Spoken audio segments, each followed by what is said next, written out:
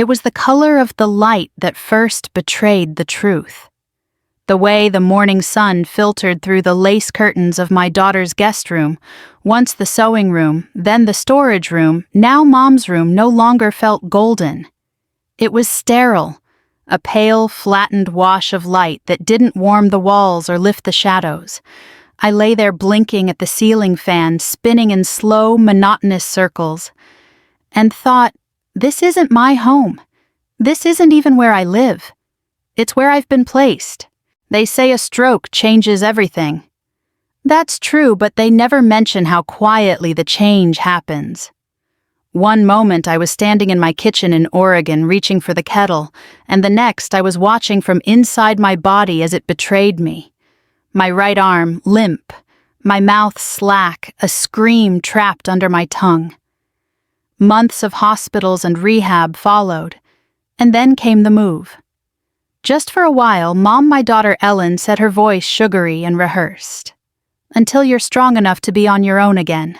That was 17 months ago. I am 72 years old. My name is Eleanor Morse, though these days people mostly just call me Mom or Grandma. Once upon a time I was a high school librarian, the kind of woman who could silence a room with a glance and organize chaos with a post-it note and a label maker. I managed our finances, meticulously invested in modest real estate, cooked Sunday dinners from scratch. My late husband Alan used to say, I was the spine of the household. Now I'm the house guest who comes with a pill organizer. Ellen and Mark are kind in the way people are kind when kindness comes with conditions. They made room for me in their suburban Virginia house, tucked me into the rhythms of their life school drop-offs, Costco-run soccer games. At first I was grateful, but gratitude has a way of curdling when it's drawn out too long. It begins to resemble debt. I first noticed the bank statements had stopped arriving. I'd always managed our accounts even after Alan passed and even from the rehab facility. But here, my mail had been rerouted for convenience. Ellen set up everything digitally, and when I asked about access, she'd smile and say, "Don't worry about a thing, Mom. I've got it covered." And I weakened and aching nodded. My debit card mysteriously stopped working a few months later. "Oh, I meant to tell you," Ellen said, brushing off my confusion. "It was compromised. I canceled it. Everything's on mine now. It's easier this way." She meant easier for her. And I let it be easy. I was tired. My body ached. And there was always something, an appointment, a ride, a crisis with the kids. The little things started piling up. My favorite recliner was donated for space, my books boxed and put in the attic. My opinions became interruptions, my needs folded into favors. Last Christmas, my great-granddaughter gave me a handmade card. It was sweet and glittery and misspelled. I smiled and thanked her. Ellen laughed and said, "See, you don't need real gifts. This is what matters." She said it like a joke, but I noticed the gift receipts for the rest of the family on the kitchen counter later. That was the first time I felt it, a rustle in the leaves of my heart, a tremor of knowing. Not anger yet, just noticing. And then came the phone call from the investment firm. A missed quarterly check-in. The advisor had assumed I was unreachable, that perhaps I'd passed away. I asked him to send me a full financial report. He hesitated, asked if I still had access. I insisted. 2 days later, I sat in the public library, the only place I knew Mark and Ellen wouldn't check my search history, reading the PDF on a borrowed Chromebook. Tens of thousands of dollars had been moved. Some accounts closed. A new joint credit card with both my name and Ellen's. Purchases from places I'd never heard of. Spa treatments, upgraded appliances, vacation deposits. My hands trembled not just from age, but from betrayal. I went to the mirror in the library bathroom and stared at myself. The woman staring back had Alan's gray-blue eyes and her mother's thin mouth. Wrinkled, yes, but not feeble. My breath came slow, deep, as if my lungs were unfurling for the first time in a year. I said aloud no more, just that, to no one in particular. I left the library with a plan, not a loud one, not a dramatic one, but one built with the quiet resolve of a woman who once ran a household and raised 2 kids on a teacher's salary. I would reclaim my name, my money, my peace. I would stop asking for permission to exist. I began by calling a lawyer whose card I found tucked in the back of my wallet. One of those free consultations I'd meant to follow up on after Alan died, but never did. He specialized in elder law, which sounded both humiliating and fitting. His name was Raymond Holloway, and he listened more than he spoke, which I appreciated. I told him everything in measured tones, the financial irregularities, the canceled cards, the missing statements, the strange familiarity my daughter had taken with my investments. "I don't want to sue my own daughter," I said, almost as a whisper. He waited a moment, then said, "I understand. But this isn't about punishment. It's about protection. And dignity." That word again. Dignity. It rang like a bell somewhere inside my chest. He walked me through the first steps, revoking power of attorney, requesting an independent financial review, setting up a secure mailing address. I signed papers with a trembling hand, but my signature still looked like mine. That was comforting. I opened a small P.O. box near the library and had my mail redirected without a word to Ellen. It wasn't spite. It was strategy. I created a new email account, recovered passwords, changed others. I withdrew a modest amount of cash from an account Ellen hadn't touched, just enough for the coming weeks. For the first time in over a year, I held money in my hands that hadn't been filtered through someone else. Emotionally, I wasn't prepared for how small victories could break me. The first time I walked alone to the park down the street, I wept under a sycamore tree. Not out of sadness, but because my legs, though slow and stiff, were mine to move. I still played my part at home. I still said thank you, helped with dishes, praised the kids' grades. I watched Ellen from behind my coffee cup, noting how quickly her temper flared these days, how the tension curled around her mouth when the mail came in late, or the credit card bill arrived. She knew something had shifted. She just didn't know what. Mark, to his credit, was always peripheral in this present, but distant. His sin was in his silence. He benefited from Ellen's handling of things, but never asked questions, never intervened. It was easier that way, I suppose. Then one morning over a bowl of dry cereal, because Ellen had switched me to a low-sugar, low-sodium, low-everything diet without asking, I said, "I'm thinking of visiting Portland next month." Ellen looked up startled. "What for?" "To see the ocean," I replied, spooning a mouthful like it was nothing. "I haven't seen it in years." "Well, you can't travel alone, Mom. What if something happens?" "I've made arrangements," I said, calmly, truthfully. She blinked. Her eyes narrowed the way they used to when I told her no as a child. "Who's paying for that?" "I am." The silence after that felt like thunder without the storm.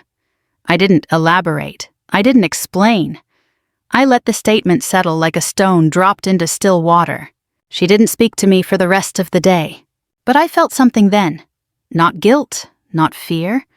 Pride, soft and steady, like the warm press of a hand on your back reminding you that you still stand tall. Later that week, I met with a counselor at the community center. They offered free support groups for older adults navigating family transitions. At first, I hesitated.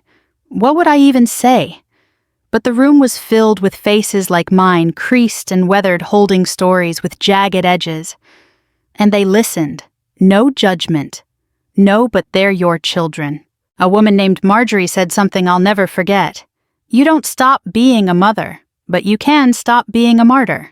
I wrote that down on the back of my library receipt. It's still in my coat pocket. The final piece came slowly housing. Raymond helped me file paperwork for a subsidized senior living community back in Oregon. Modest, quiet, independent units with small gardens. There was a wait list, but my application was strong, and I had enough saved, enough recovered to make it happen when the time came. One evening, I called my granddaughter Lucy into my room. She's 13, sharp-eyed and tender in that unsure way kids are when they're growing into their hearts. "I want you to have this," I said, handing her a box of my old journals and letters. "Someday read them. You'll understand why I did what I did." She didn't understand, not yet, but she hugged me hard like she could feel the weight of my goodbye even if she didn't know its name. Spring arrived with a kind of subtle defiance, soft green poking through gray bird song over the hum of morning traffic. I began waking earlier, even before the children stirred, just to sit on the back porch with my tea and watch the mist lift from the yard, like it too was deciding to leave. It was on one of those mornings that I received the call from the housing coordinator in Portland. A unit had opened a corner apartment east-facing with a small patio. "It's not luxurious," she warned, "but it's clean, quiet, and yours if you want it." I accepted before she finished the sentence. I hung up the phone and sat still for a long time. There wasn't elation exactly.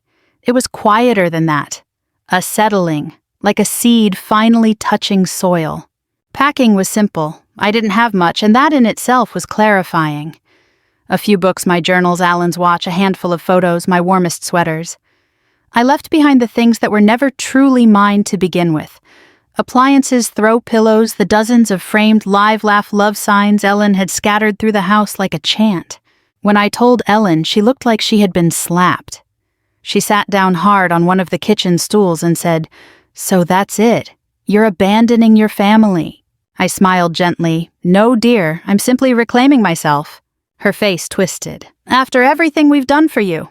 And there it was, the accounting of love, the price tag on every ride to the doctor, every casserole reheated without comment.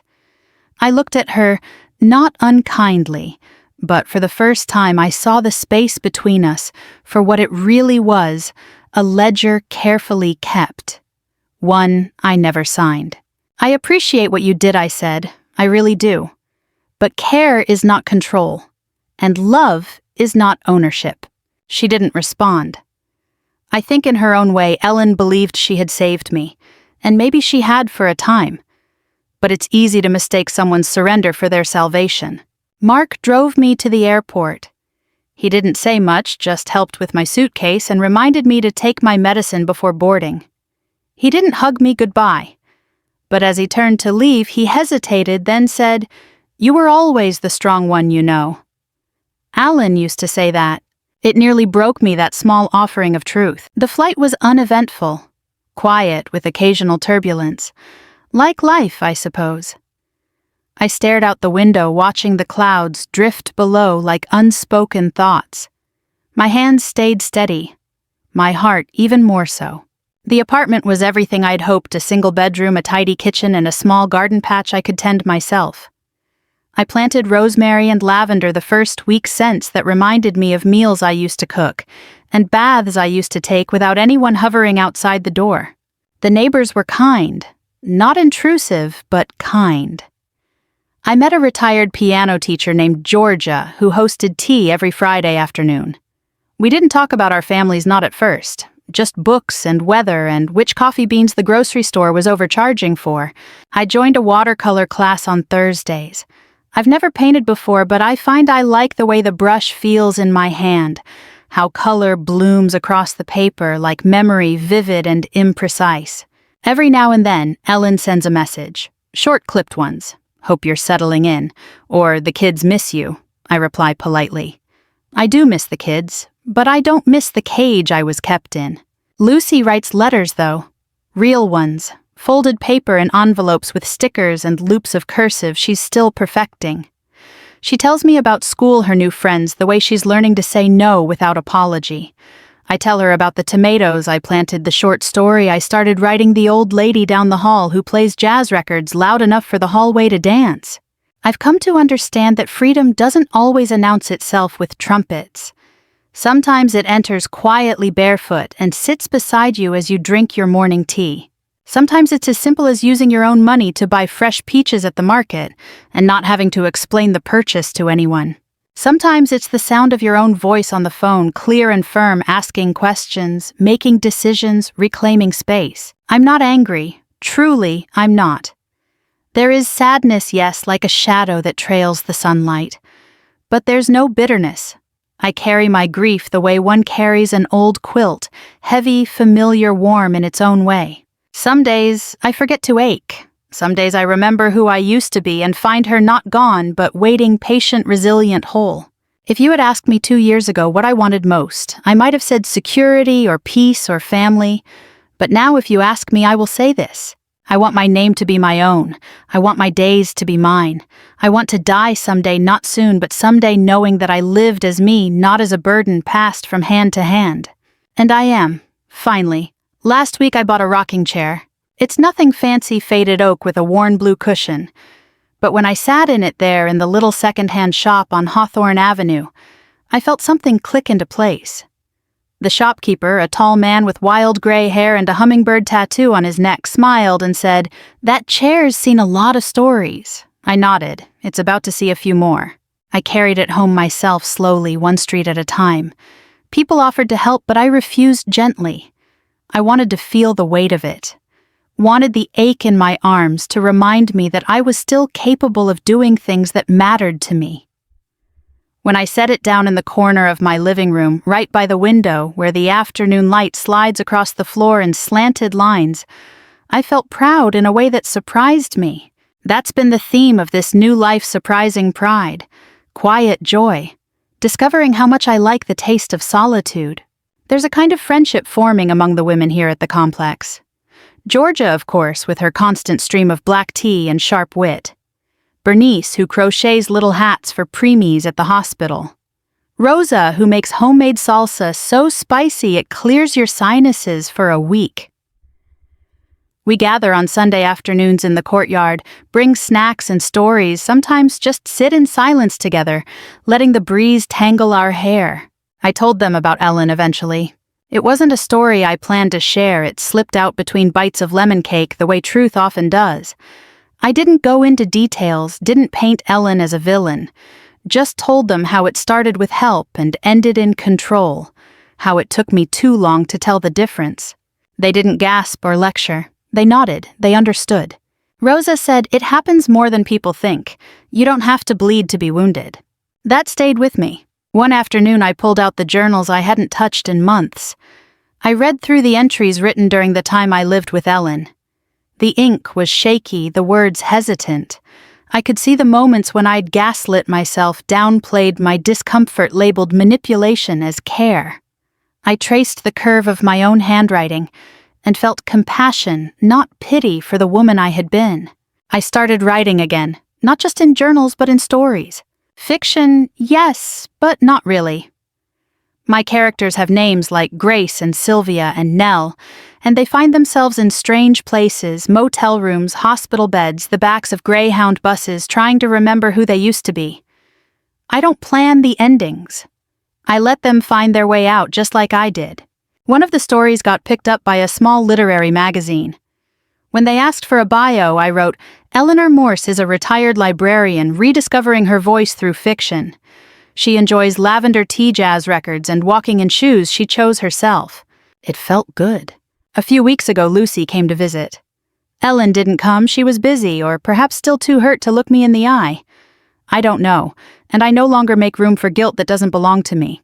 Lucy brought a sketchbook and a bag of peanut butter cups, which we ate on the bench by the rose bushes. She's taller now, her hair pulled back in a low braid, her eyes thoughtful in a way that reminds me of Alan. She showed me a drawing she'd done, a portrait of a woman with silver hair sitting in a chair under a tree, surrounded by books and sunflowers. The face looked familiar. "It's you," she said unprompted. I blinked. I had to draw a strong woman for class, someone I admire. I couldn't speak for a moment, just touched the page and felt something settle in my bones. Not sadness. Not even joy, just recognition. Later, she asked if I missed Ellen. I told her the truth, I love her. I always will. But I don't miss being invisible, and I don't miss being afraid to say no. Lucy nodded. She understood more than I'd hoped, maybe more than Ellen ever had. As the sun dipped low, we rocked together on the porch, Lucy perched on the railing, me in my new chair. We didn't speak much. We didn't need to. This is what peace looks like, knowing you have nothing to prove. Knowing your worth doesn't come stamped with a family title or measured by your willingness to disappear. I think of my younger self sometimes, the girl who kept her voice small, the young mother who put everyone else first, the older woman who gave away her independence in the name of being helped. I don't resent her. She was doing her best, and she's still here in pieces. But I've stitched her into something new, someone older, wiser, freer. There's no grand conclusion to offer. No fireworks or courtroom dramas, just this. I wake up each morning when I choose to. I buy my own groceries. I write my own stories. I laugh without checking who's watching. And when the sun slants across my floor just right, and I settle into that old rocking chair with a cup of tea and a quiet heart, I remember what it feels like to belong wholly to myself. That is enough. That is everything.